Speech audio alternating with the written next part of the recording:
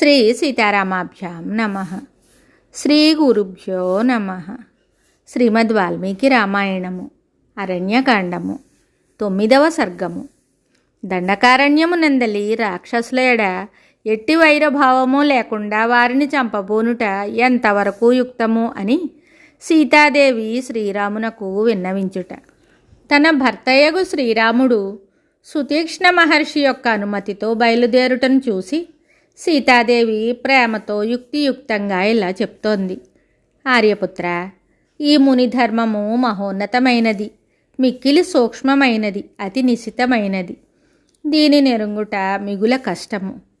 కామజములైన వ్యసనముల నుండి బయటపడిన వారికి మాత్రమే ఈ ధర్మమును అవలంబించుట సాధ్యం అవుతుంది. ఈ లోకమున ప్రముఖములైన కామజములగు వ్యసనములు 3 ఉన్నాయి. ఆ 3 అబద్ధములాడుట మొదటిది, పరస్త్రీ వ్యామోహము రెండవది, తనకు ఎట్టి వైరభావము లేకున్నను ప్రాణిహింసకు పూనుకొనుట మూడవది. చివరి 2 మిథ్యావచనము కంటెను చాలా ప్రమాదకరమైనవి. ఓ రాఘవ, ఇంతకు ముందు గాని ప్రస్తుతము గాని ఇంక మీదట గాని అసత్యవచనము మీరు ఎరగనిది. పరస్త్రీ వాంఛ అధర్మ మూలకము. ధర్మనిరతులైన మీకు అది అసంభవము. ఓ మహాపురుష శ్రీరామ, పరస్త్రీ ఆకాంక్ష మీకు లేదు. ఎన్నడూనూ అది మీలో కలుగనే కలగదు.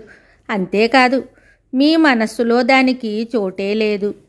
ఓ రాజకుమార, నీవు పరమధార్మికుడవు, సత్యసంధుడవు, తండ్రి మాటను జవదాటని వాడవు. అంతేకాదు, నీవు ఏకపత్నీ వ్రతుడవు. ఓ సత్యవచన మహాత్మా, సకల ఐశ్వర్య సంపన్న లక్ష్మణాగ్రజ, సత్యము ధర్మము నిన్నే ఆశ్రయించుకొని ఉంటాయి. ఐశ్వర్య వైరాగ్యాది సకల సద్గుణములకు నీవు పెన్నిధివి. ఓ మహాబాహు శుభధర్మన, నీవు జితేంద్రియుడవని నేనెరుగుదును. సత్యపాలనము మొదలగు సమస్త ధర్మములను నిర్వహించుట జితేంద్రియులకు మాత్రమే సాధ్యము. వైరభావము ఏమీ లేకున్నను మానవులు అజ్ఞానవశమున ఇతర ప్రాణులను హింసిస్తూ ఉంటారు. ఆ పరిస్థితి నీకు ఇప్పుడు ఎదురయ్యింది. ఎలా అనినా ఓ మహావీర, దండకారణ్యములలో నివసిస్తూ ఉండేటి మహర్షులను రక్షించుటకై రాక్షసులను యుద్ధమున వధించేదనని నీవు ప్రతిజ్ఞ చేసి ఉన్నావు. ఈ కారణము వలననే నీవు సోదరునితో కూడి ధనుర్బాణములను ధరించి దండకారణ్యమని ప్రసిద్ధికెక్కిన వనములకు బయలుదేరావు. ఆడిన మాట తప్పని వాడవు, చేసిన ప్రతిజ్ఞకు కట్టుబడి ఉండువాడవు. ఏకపత్ని వ్రతుడవు అయిన నీవు ఇట్లు బయలుదేరుటను చూసి ఎల్లప్పుడూ నీ సౌఖ్యమును హితమును కోరుకొనుచుండెడి నా మనస్సు ఎంతో వ్యాకులపడుచున్నది. ఓ వీర, నీవు ఇట్లు దండకారణ్యములకు ప్రయాణం చేయుట నాకు తృప్తిగా లేదు. నేను అందులకు కారణములను తెలిపెదను వినుము. నీవు ధనుర్బాణములను చేబూని లక్ష్మణ సహితుడవై వనములలో అడుగుపెట్టిన తరువాత అచ్చట సంచరించడి క్రూర మృగములపై రాక్షసులపై బాణములను ప్రయోగిస్తావు గదా. సమిధలు సమీపంలో ఉండుట వలనను అగ్ని యొక్క తేజోబలములు వృద్ధి అగునట్లు ధనుర్బాణములను ధరించుట వలనను క్షత్రియుల యొక్క శౌర్య పరాక్రమములు తేజరిల్లును. ఓ మహాబాహు, పూర్వకాలంలో మృగములు పక్షులు హాయిగా జీవిస్తూ ఉండేది ఒక పవిత్ర ప్రశాంత వనంలో ఒక తపస్వి ఉండేవాడు. అతడు సత్యవచనుడు, నిర్మలమైన మనస్సు గలవాడు. శచీపతి అయిన ఇంద్రుడు ఆ ముని తపస్సును భంగపరచడానికై ఒక ఖడ్గాన్ని తీసుకుని భటుని రూపంలో ఆ ఆశ్రమానికి వచ్చాడు. పవిత్రుడైన ఆ తపస్వి నివసిస్తూ ఉన్న ఆ ఆశ్రమనకు చేసిన తరువాత భటుని రూపమున ఉన్న ఇంద్రుడు వాడి అయిన తన చేతిలోని ఆ మహాఖడ్గమును ఆ తాపసి దగ్గర న్యాసంగా ఉంచాడు. ఆ తపస్వి తన వద్ద నమ్మకంతో న్యాసముగా ఉంచిన ఖడ్గాన్ని తీసుకుని వనమున సంచరిస్తూ ఉన్నప్పుడు దానిని రక్షించుటయందే తత్పరుడై ఉండేవాడు.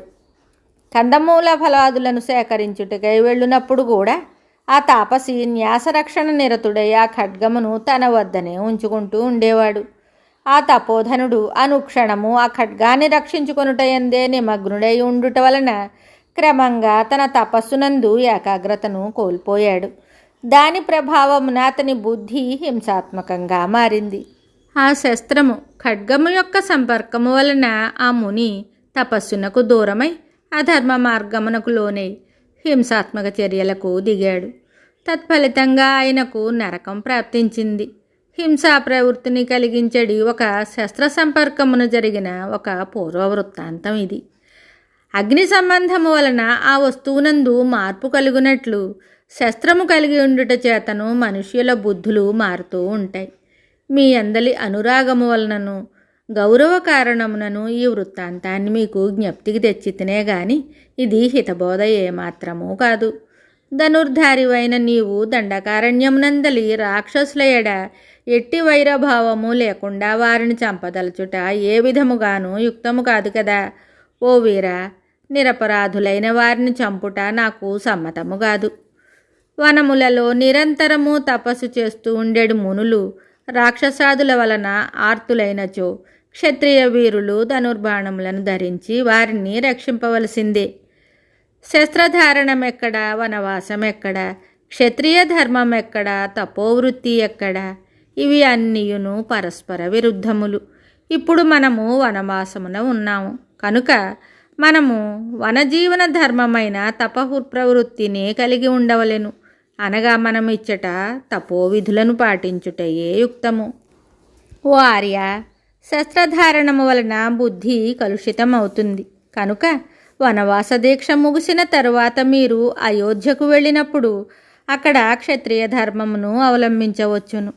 మీరు రాజ్యమును విడిచి రాజ్య విషయమును మరచి పూర్తిగా ముని వృత్తిలో నిమగ్నులైనచో నా అత్తమామలకు మీ తల్లిదండ్రులకు ఎనలేని ప్రీతి కలుగును. ధర్మాచరణము వలన సంపదలు సమకూరును. ధర్మమును అనుష్ఠించుట వలననే సుఖశాంతులు అబ్బును. ధర్మము వలన జ్ఞానము, తద్వారా ముక్తియు లభిస్తాయి. ఈ జగత్తునకు ధర్మమే ఆధారము. చాంద్రాయణాది వ్రతములను పాటిస్తూ ప్రయత్నపూర్వకంగా శరీరమును కృషింపచేసి బుద్ధిమంతులు తపోధర్మమును ఆచరిస్తూ ఉంటారు. దాని వలన ముక్తి లభిస్తుంది.